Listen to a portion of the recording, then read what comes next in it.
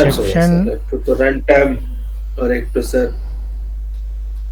Run time होता है exception देखो इज ए वो। Logical error which occur at the run time, है ना. There are two types of exceptions in C sharp. One is user defined and other one is system defined. So system defined exceptions like divide by zero exception, error index out of bound, file not found exception, null pointer exceptions, these are system defined exceptions. So exception is a logical error which occur at the run time. ठीक है. Compiler को पता नहीं चलता कि इस line में exception है क्योंकि वहां पे कोई सिंटैक्स एरर नहीं आता है. स्क्रीन शेयर करते हैं, दिखाते हैं एक्सेप्शन क्या है.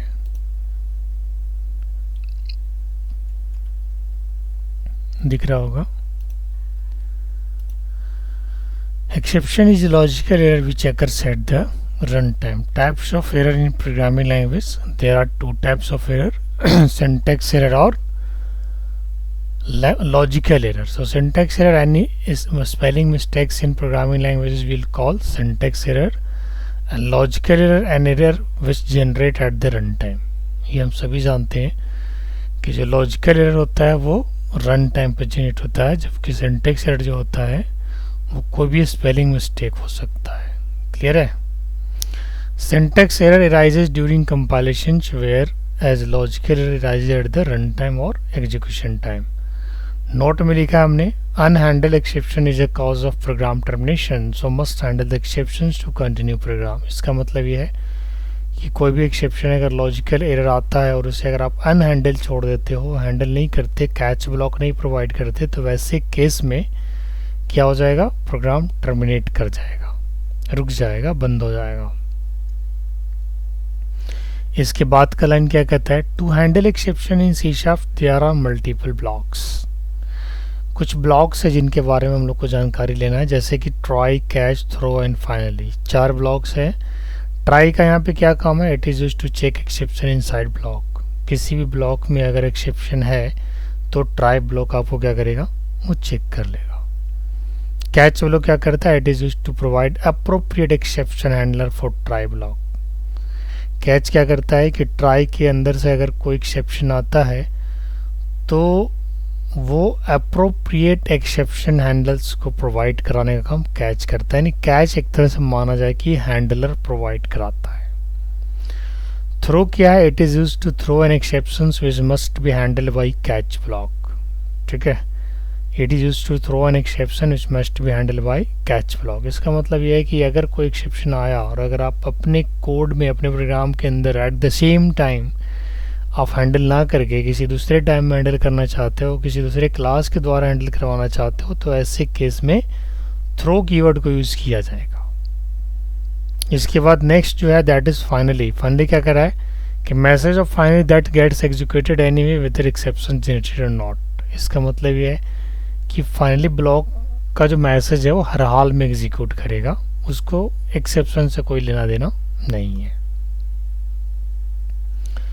2 नोट लिखा है मैंने. फर्स्ट नोट ये कहता है कि it is mandatory to define catch और finally block of try block. कभी भी अगर आप ट्राई ब्लॉक दोगे तो उसके बाद आपको कैच देना ही देना है, क्योंकि सिंगल ट्राई ऑलवेज आपको क्या देगा, एरर देगा. ठीक है. दूसरा नोट लिखा है कि we can define multiple catch blocks for single try but make sure that parent class of exception that should be defined in the last of sequence list. दूसरा नोट का मतलब ये है कि हम लोग एक ट्राई के लिए मल्टीपल कैच ब्लॉक को डिफाइन कर सकते हैं, बट उसमें एक सीक्वेंस का हमें ध्यान रखना है. सीक्वेंस क्या, कि जो पेरेंट एक्सेप्शन रहेगा वो सबसे लास्ट में रहेगा. पेरेंट एक्सेप्शन क्या होता है, पेरेंट एक्सेप्शन एक एक्सेप्शन का बेस क्लास है. ठीक है. एक्सेप्शन का क्या है, बेस क्लास है. थर्ड नोट क्या कहता है, we can define try inside another try. यानी नेस्टेड ट्राई को हम लोग डिफाइन कर सकते हैं, ट्राई के अंदर ट्राई हो सकता है. कितने टाइप के एक्सेप्शंस होते हैं, 2 टाइप के, यूजर डिफाइंड और pre defined. User defined exception से क्या समझते हैं, जो यूजर द्वारा बनाया जाता है. प्री डिफाइंड जो ऑलरेडी लाइब्रेरी में बना हुआ है. ठीक है. एक नोट और इसके बाद लिखा है, the parent class of all exceptions is exception class.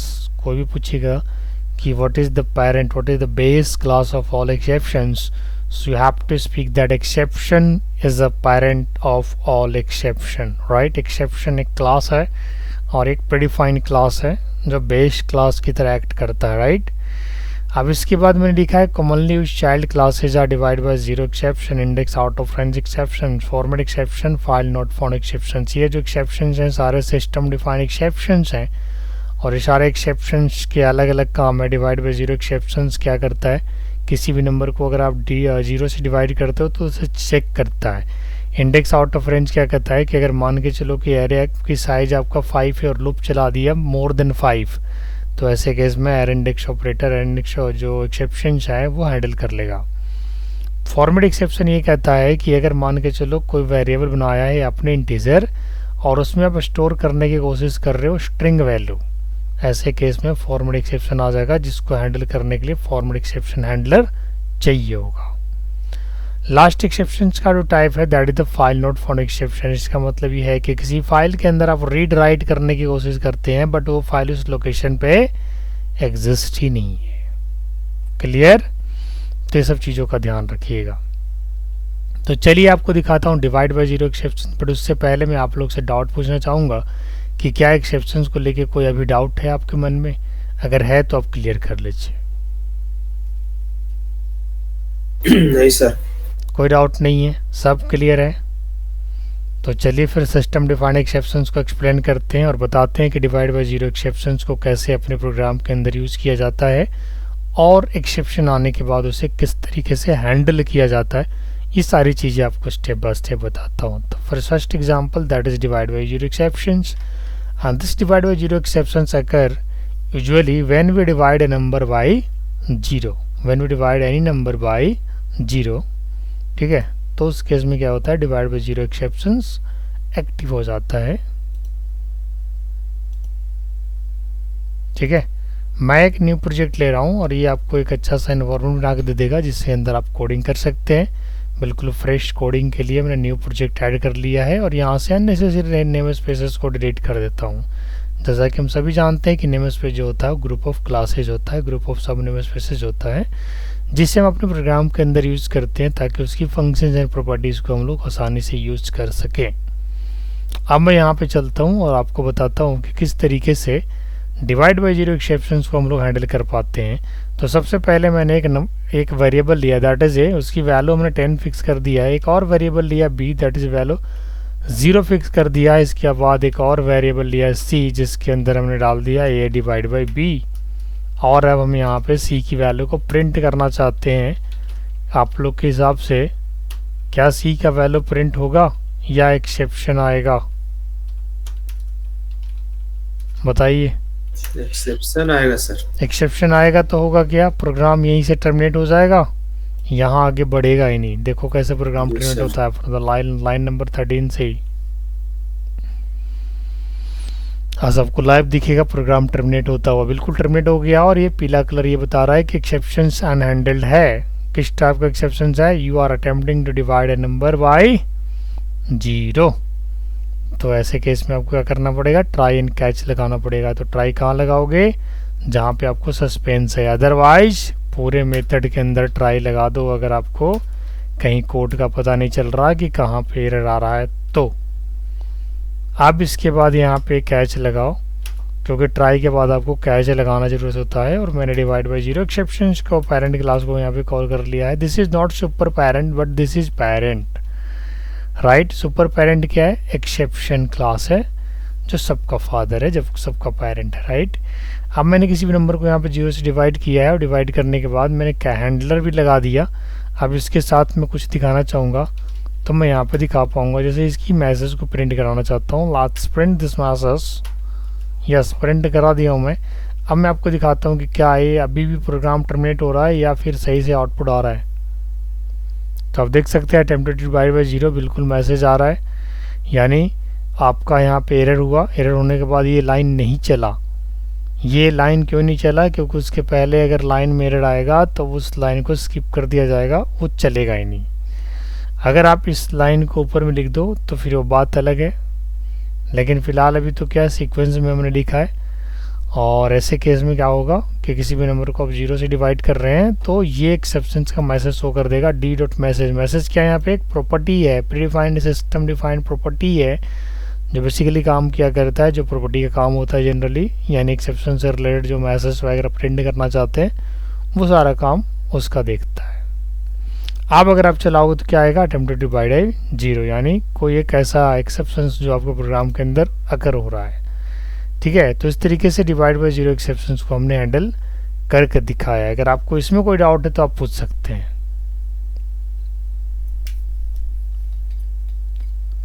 Sir D क्या है sir? D divide by 0 exceptions का एक ऑब्जेक्ट है, आप किसी भी नाम का बना सकते हैं। डी हमने इसलिए बनाया है क्योंकि डिवाइड बाय 0 एक्सेप्शंस के प्रीफिक्स में डी आता है। समझे नहीं समझे? जस्ट एक फुल नेम लिया हूँ, उससे कोई असर नहीं पड़ने वाला। डी की जगह आप सी ले लो, सी की जगह बी ले लो, जो लेना है ले लो। ठीक है, तो कोई असर यहाँ पे पड़ने वाला नहीं है। अब तो डिवाइड बाय 0 एक्सेप्शंस क्लियर हो गया। एक्सेप्शन है क्या, एक ऐसा सिचुएशन जो कंपाइलर को पता नहीं चलता है। तो फिर मैंने फ़ोन करना स्टार्ट किया कि भाई मतलब क्यों नहीं पता चलेगा। तो उस केस में आपको क्या करना पड़ेगा कि मैसेज प्रॉपर्टी यहाँ पे है क्या, एक प्री डिफाइंड प्रॉपर्टी है, और एक इसका प्रॉपर्टी है डिवाइड बाय 0 एक्सेप्शन का। डिवाइड बाय 0 सर इसको रन कीजिए तो सर। यस, ये जो मैसेज आपको आ रहा है ये भी एक प्री डिफाइंड मैसेज है जो मैसेज प्रॉपर्टी के थ्रू आपको यहाँ पे डिस्प्ले हो रहा है। अटेम्प्टेड टू ट्राई कैसे हो रहा है ना सर? कैच का जो हैंडलर हमने प्रोवाइड कराया है जिसका नाम क्या है डिवाइड बाय 0, वो हैंडलर के थ्रू ही ये मैसेज जो है प्रिंट हो रहा है। यानी अगर ये डिवाइड बाय 0 एक्सेप्शन एक क्लास है सिस्टम डिफाइन जिसको हम यहाँ पे हैंडलर बोल रहे हैं, और चूंकि हम सभी जानते हैं कि क्लास को हम डायरेक्ट यूज़ नहीं कर सकते, तो इसलिए हमने क्या किया है, इसका ऑब्जेक्ट बना दिया और ऑब्जेक्ट के साथ इसके अंदर की प्रॉपर्टी को यूज़ कर लिया। अगर आप यहाँ पे मैसेज प्रॉपर्टी यूज़ नहीं करते हो, सिर्फ अगर आप डी प्रिंट कर देते हो, तो वैसे केस में क्या होगा, वैसे केस में भी डिवाइड बाय 0 एक्सेप्शंस का मैसेज आएगा, लेकिन ये एग्जैक्ट मैसेज नहीं आएगा। वो मैसेज आएगा जिसमें आपको लाइन नंबर वगैरह वगैरह सब कुछ लिखा रहेगा। आपको मैं दिखाता हूँ। Let's remove message property from here and let's see the results. The message now is change system dot divide by 0 exceptions attempted to divide by 0 at console dot this and the line number जो भी है वो सारा कुछ बता रहा है, that is line number 15th। तो अब समझ में आ गया होगा कि मैसेज प्रॉपर्टी यहाँ पे कर क्या रहा है। तो मैसेज प्रॉपर्टी एग्जैक्ट मैसेज देने का काम करता है, आप जिस भी एक्सेप्शन हैंडल को यहाँ पे यूज़ कर रहे हो। तो इस लाइन ऑफ कोड में आपको एरर कहाँ दिख गया, यहाँ पे एक्सेप्शंस मिल गया जो कि कंपाइलर की कैपेसिटी से बाहर है, यानी सिंटैक्स एरर यहाँ पे नहीं है कोई। अदरवाइज अगर सिंटैक्स एरर रहता, जैसे मान के चलो मैं डिवाइड को यहाँ पे हटा देता, तो ये सिंटैक्स एरर हो जाता, और ऐसे केस में फिर आपको ये एक्सेप्शन नहीं कहलाता, ये फिर सिंटैक्स एरर कहला जाता, यानी कंपाइल टाइम एरर कहला जाता। बट अगर हमने यहाँ पे डिवाइड लगा दिया साइन, तो इसका मतलब ये रन टाइम एक्सेप्शन कहलाया। समझे नहीं समझे? यस या नो? Yes sir. अब इसको रन कराओ, देखो आउटपुट बिल्कुल सही है। तो ये जस्ट एक एग्जांपल दिया हूँ डिवाइड बाय 0 एक्सेप्शंस का। अगर आपको array index out of range लेना हो तो यहीं पे मैं क्या करूँगा, मैं एक एरे बना लेता हूँ इंट ARR, और इस तरीके से इसके अंदर वैल्यू को मैं पुटअप कर देता हूँ। ये लिटरल एरे है, बट जो मैं लूप चलाने जा रहा हूँ वो मैं किस तरीके से लूप चलाऊंगा अब ये मैं आपको दिखाता हूँ। हमारे टोटल नंबर ऑफ एलिमेंट्स इसमें कितने हैं सजाद? 5। बट मैं लूप कितने बार चलाने जा रहा हूँ? लूप में चलाने जा रहा हूँ 6। लूप कितने बार चलाने जा रहा हूँ? 6 टाइम्स तक। लूप कितने बार चला? 0 to less than 6, that is total number of times 6 हो गया ना? यस या नो? Yes sir. चलिए ध्यान दीजिए। ARR ऑफ आई। अब यहाँ पे क्या करेंगे? रीड लाइन को ऐसे पुटअप कर देंगे और डिवाइड बाय 0 एक्सेप्शन यहाँ पे नहीं लगाएंगे। बस थोड़ी देर के लिए मैं एक्सेप्शन लगा ही नहीं रहा, नहीं लगा रहा एक्सेप्शन, ताकि आप लोगों को पता चले कि भाई एरर है या नहीं है। मैं ट्राई को भी हटा दिया। अब बताओ, इस प्रोग्राम में आपको एरर कहीं दिख रहा है? बिल्कुल कहीं एरर नहीं है, लेकिन है तो क्या है? एक्सेप्शन है। और किस टाइप का बॉडी भी एक्सेप्शन? तो ऑफ होगा ना सर? बॉडी से कोई मतलब लेना देना नहीं है। अगर आपने ट्राई कोई कमेंट मार दिया तो ब्रेसेस आप जितनी मर्जी लगा दो, बस जितना स्टार्ट करते हो उतना क्लोज कर दो, बाकी इससे कोई मतलब नहीं है। जब ट्राई नहीं है तो उसका बॉडी कहाँ से? मान के चलो किसी भी इंसान का सर नहीं है तो धड़ क्या करेगा भाई? किसी काम का है? यस या नो? जी सर। तब तो ट्राई को मैंने कमेंट कर दिया तो ब्लॉक क्या करेगा? यहाँ पे ब्लॉक रहे ना रहे उससे कोई फ़र्क नहीं पड़ने वाला है। चलो, अगर आपको ज़्यादा टेंशन हो रहा तो मैं ब्लॉक हटा देता हूँ। हट गया ब्लॉक? कहीं कोई परेशानी है? आपके हिसाब से क्या आना चाहिए आउटपुट?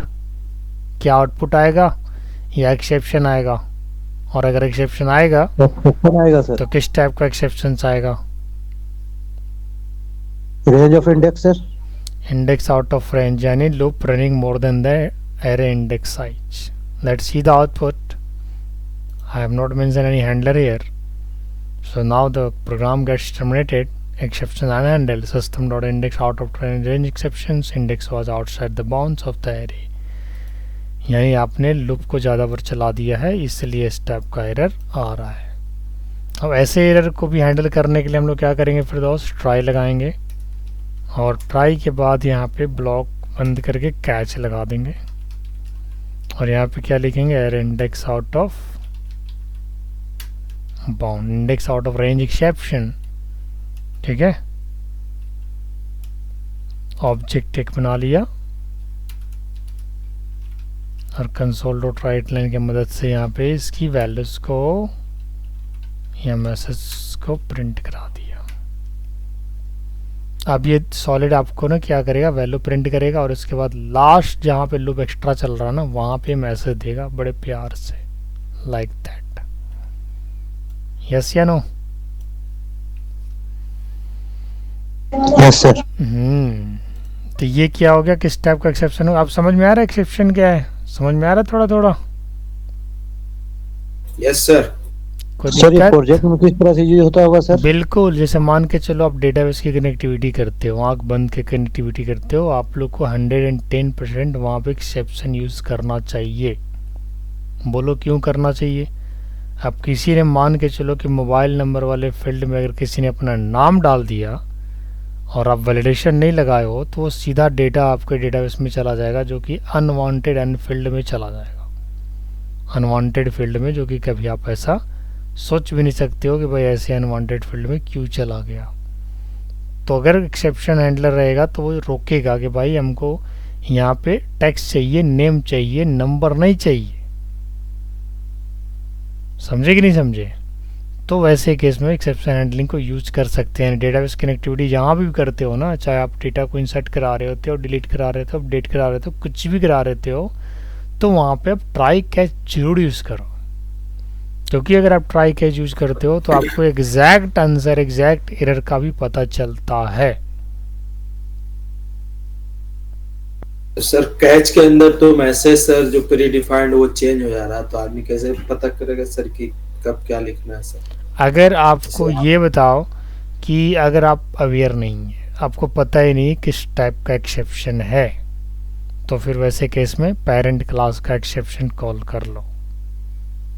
पेरेंट क्लास का एक्सेप्शन का नाम क्या है? Only exception class. This exception class is parent for all the exception classes. इसका मतलब क्या है कि अगर डेवलपर पता नहीं है उसको कि किस टाइप का एक्सेप्शन जाए, तो ऐसे केस में नॉर्मली पेरेंट क्लास को यूज़ कर लेना चाहिए।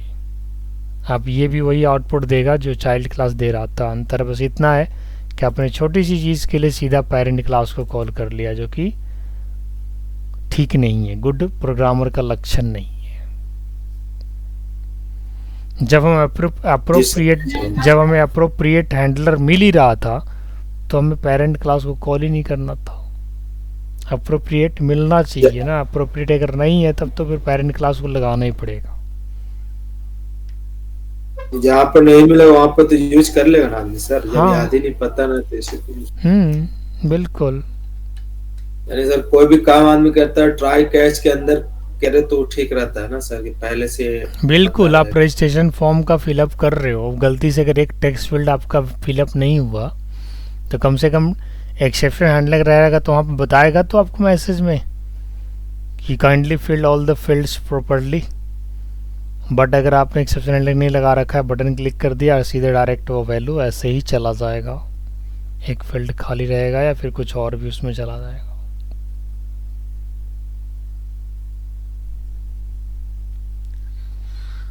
समझे नहीं समझे? सर कंपनी में काम होता हुआ सर तो ट्राई कैच लगा ही करके होता हो, तो मैंने बाद में भी लगाता नहीं, मतलब अगर कोडिंग आप कर रहे हो तो ट्राई कैच लगा के ही करो। ज़्यादातर डेटाबेस कनेक्टिविटी के जगह जो होते हैं ना वो ज़्यादातर सिक्योर माने जाते हैं। वैसे केस में आप एक्सेप्शन हैंडलिंग का यूज कर सकते हैं। एक्सेप्शन हैंडलिंग आपकी एप्लीकेशन की परफॉर्मेंस को बढ़ाती है, नहीं कि कोड रीडेबिलिटी को बढ़ाती है, और इसके साथ साथ अनवांटेड एरर को भी हैंडल करती है, लॉजिकल एरर को हैंडल करती है। ठीक है, तो इससे गुड प्रैक्टिस ये है कि आपको कहीं पे भी अगर कनेक्टिविटी वगैरह आप कर रहे हो तो वहाँ पे उसको यूज़ करना चाहिए। उससे क्या होगा कि अगर आप ट्राई कैच यूज नहीं करते हो, बाई चांस मान लो और टेबल में आपने 10 कॉलम फील्ड बना लिया और आप यहाँ से 8 फील्ड की वैल्यू डाल रहे हो, तो बाकी का 2 फील्ड कहाँ गया भाई? अब एक्सेप्शन रहेगा तो वो उस चीज़ को बड़े जल्दी पकड़ लेगा, कहाँ पे दिक्कत है आपको मैसेज बता देगा कि ये चीज़ का प्रॉब्लम है, यहाँ पे ठीक करो आप। समझे नहीं समझे? जी सर। इसके बाद मैं मल्टीपल ट्राई करके दिखाता हूँ। मल्टीपल ट्राई कहने का मतलब क्या हो गया भाई? एक में तो यहाँ पे इंडेक्स आउट ऑफ रेंज करा दिया, एक और हम यहाँ पे ट्राई लेते हैं, एक ट्राई के लिए मल्टीपल कैच कर देते हैं। यहाँ पे एग्जांपल देते हैं, defining multiple try for defining multiple catch for single try.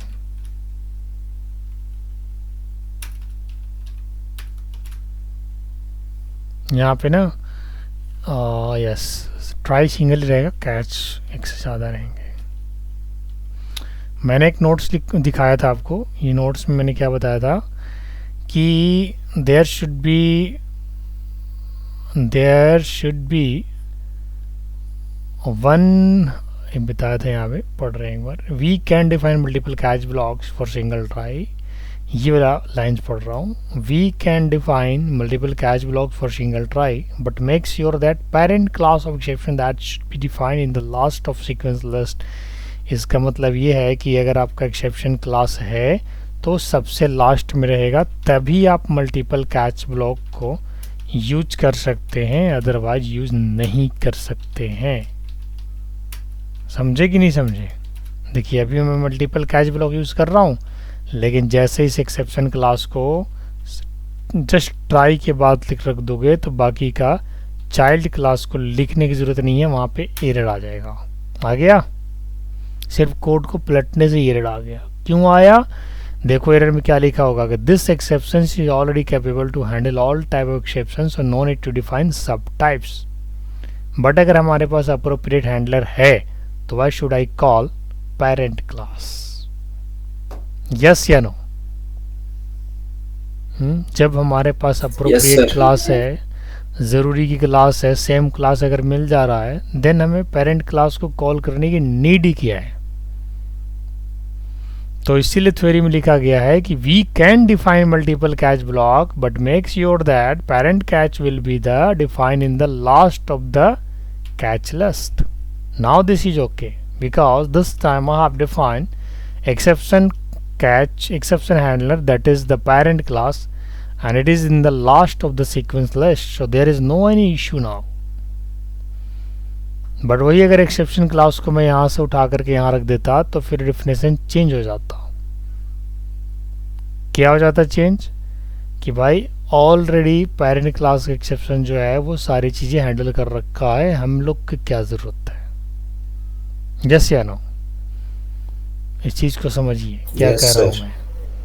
ठीक है, एक ट्राई के लिए मल्टीपल कैच ब्लॉक हो सकता है, बट वही ध्यान रखना है कि पेरेंट टाइप हमेशा लास्ट में होगा। अगर वो पहले हुआ तो फिर एरर दे देगा।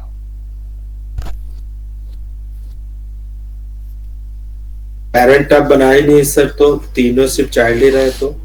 हाँ, तो कोई दिक्कत ही नहीं है फिर तो। फिर होगा क्या कि जो अप्रोप्रिएट हैंडलर रहेगा वो एक्टिव हो जाएगा। मान के चलिए अगर यहाँ से index out of range exception आ रहा है तो फॉर्मेट एक्सेप्शन तो उसे हैंडल कर नहीं पाएगा। यस या no, divide by zero exception तो उसे कर नहीं पाएगा। इसको कर भी पाएगा तो कौन सा एक्सेप्शन हैंडल कर पाएगा? Index out of range exception. Sir 3-4 अगर एक्सेप्शन बना दे, जिसका काम है सिर्फ उसी में मैसेज प्रिंट करे, तो वही काम करेगा ना सर। डायरेक्ट तो एरर नहीं ना देगा। ट्राई के जस्ट बाद ट्राई नहीं होता है। कैच में बोल रहा सर, ट्राई में नहीं। हाँ, जस्ट बाद कैच में जैसे 2-3 एक्सेप्शन लिखे ना सर, अब उसमें 2-3 है सर, तो इंडेक्स का प्रॉब्लम है तो उसमें इंडेक्स ऑफ का भी मैसेज रहेगा। तो 2 अगर ऊपर एक्स्ट्रा है तो वो तो एरर नहीं देना चाहिए। इंडेक्स ऑफ वाला मैसेज तो आना चाहिए सर, उसको ऑब्जेक्ट बना करके कॉल करेगा मैसेज से। एक बार और रिपीट करो। 3 ऊपर में बनाया ना सर, एक पेरेंट को छोड़ दिए, हमारे 3 चाइल्ड अगर बनाते हैं कैच हम, और तीनों कैच में अलग अलग मैसेज, जैसे डिवाइड बाय जीरो है, फॉर्मेट एक्सेप्शन है, और एक कैच में जैसे कि इंडेक्स ऑफ, जैसे ये रहेगा, और हमको मैसेज सिर्फ इसी का चाहिए। हाँ, वो दोनों का तो काम है नहीं। हाँ, वो दोनों ऊपर वाला छोड़ के अगर ये मैसेज प्रिंट करेगा ही नहीं ये सब, क्योंकि एक्सेप्शन किस टाइप का आ रहा है? इंडेक्स आउट ऑफ रेंज आ रहा है ना, तो इसके पास एरर हैंडलर के लिए जाएगा ही नहीं। समझे नहीं समझे? इसके पास नहीं जाएगा। देखो ना, मैं लिख देता हूँ ना, इसके पास क्यों जाएगा? इसके पास जाएगा तो उसके अप्रोप्रिएट हैंडलर कहाँ से मिलेगा? है वहाँ से जनरेट कर रहा है वो इंडेक्स आउट ऑफ रेंज, और आप उसको हैंडल करवा रहे हो फॉर्मेट एक्सेप्शन से, तो कहाँ से करेगा? बताओ, करेगा? नहीं करेगा।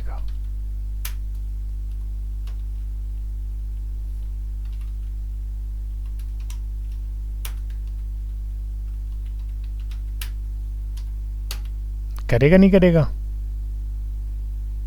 इस थर्ड वाला करेगा सर, वो दोनों तो नहीं करेगा। Yes,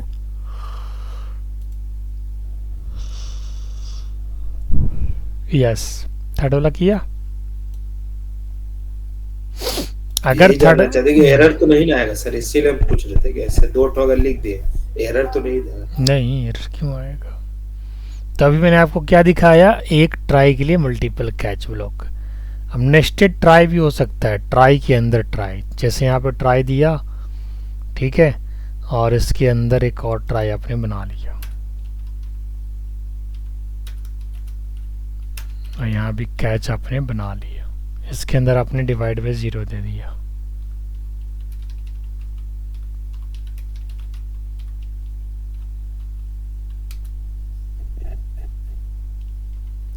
divide by zero exception.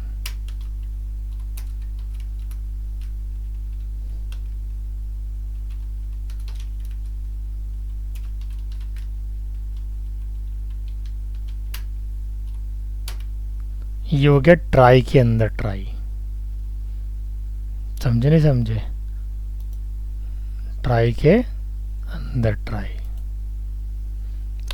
ठीक है। लेकिन अगर यहाँ पे एक्सेप्शन आया तो फिर ये ट्राई चेक ही नहीं होगा। बोलो क्यों?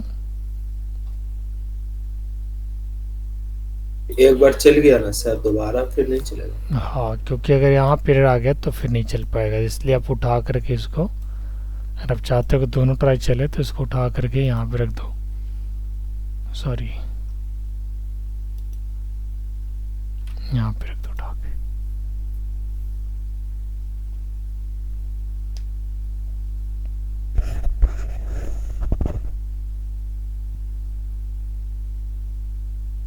कोई doubt?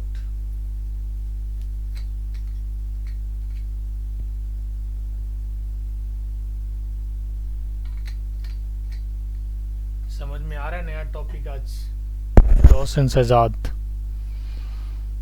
Defining multiple sir catch वहाँ फॉर रखने सिंगल से ट्राई। कैसे काम किया सर? अब देखो इसको समझो। सबसे पहले कंपाइलर यहाँ पे आया तो उसको डिवाइड बाय ज़ीरो मिला और डिवाइड बाय ज़ीरो साथ ही साथ हैंडल भी हो गया। क्लियर? अब इसके बाद कंपाइलर यहाँ आया तो index out of range exception मिला तो लास्ट में जाकर के यहाँ पे हैंडल हो गया। बट वही अगर कोड यहाँ से पलट के मैं ऊपर रख देता, ट्राई के ऊपर, अंदर वाला ट्राई के ऊपर रख देता, तो क्या होता कि अगर इस लाइन में एरर आता तो फिर ये बाकी का ट्राई कैच यूज नहीं किया जाता, चेक नहीं किया जाता, सीधे यहाँ पे चला था हैंडलर के पास। इसको रन कीजिए तो सर। अभी तो सब चलेगा, डिवाइड बाय भी और दोनों चल रहा है दोनों, लेकिन थोड़ा सा कोड बदल रहा हूँ आपके सामने, कुछ नहीं कर रहा, बस इस कोड को उठा करके ऊपर में रख दे रहा हूँ यहाँ पे। देखो क्या होगा, देखो डिवाइड बाय ज़ीरो चला, नहीं चला ना। क्यों नहीं चला? क्योंकि जब यहाँ पे एरर आया तो इसका अप्रोप्रिएट हैंडलर मिलना चाहिए, जो कि इधर मिला ही नहीं, सीधे कहाँ मिला? यहाँ मिला। तो जब तक अप्रोप्रिएट हैंडल से वो ट्राई का मैसेज यानी जो है एक्सेप्शन जो है हैंडल नहीं हो पाएगा, तब तक आपका प्रोग्राम का आगे वाला लाइन चल ही नहीं पाएगा।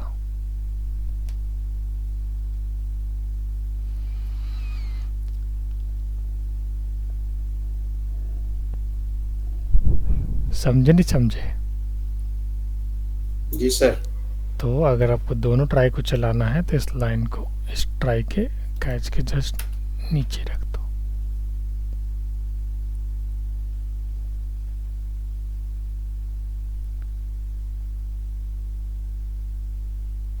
जी सर। एक्सेप्शन पे थोड़ा आप लोग प्रैक्टिस कर लीजिए। यूजर डिफाइन एक्सेप्शन आज नहीं कराएंगे, user define exception and throw keyword हम लोग नेक्स्ट डे जानेंगे। एक्सेप्शन थोड़ा बड़ा टॉपिक है सर। एक्सेप्शन तो सर जावास्क्रिप्ट में था ना सर? थोड़ा सा है, वहाँ पे तो इंट्रोडक्शन है, यहाँ पे तो पूरा ही है।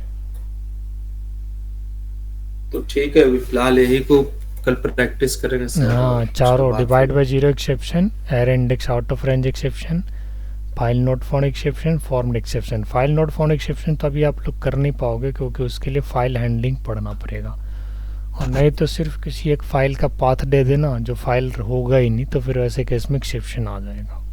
ट्राई करके देखिएगा। जी सर। और एक नंबर फॉर्मेट एक्सेप्शन देख लेना, जिसमें क्या करना कि अपने नेम को इंटीजर टाइप के वेरिएबल में स्टोर करा के देखना। ठीक है, नेम को इंटीजर टाइप के वेरिएबल में स्टोर करा के देखना, तो क्या हो जाएगा? नंबर फॉर्मेट एक्सेप्शन आ जाएगा। जी सर।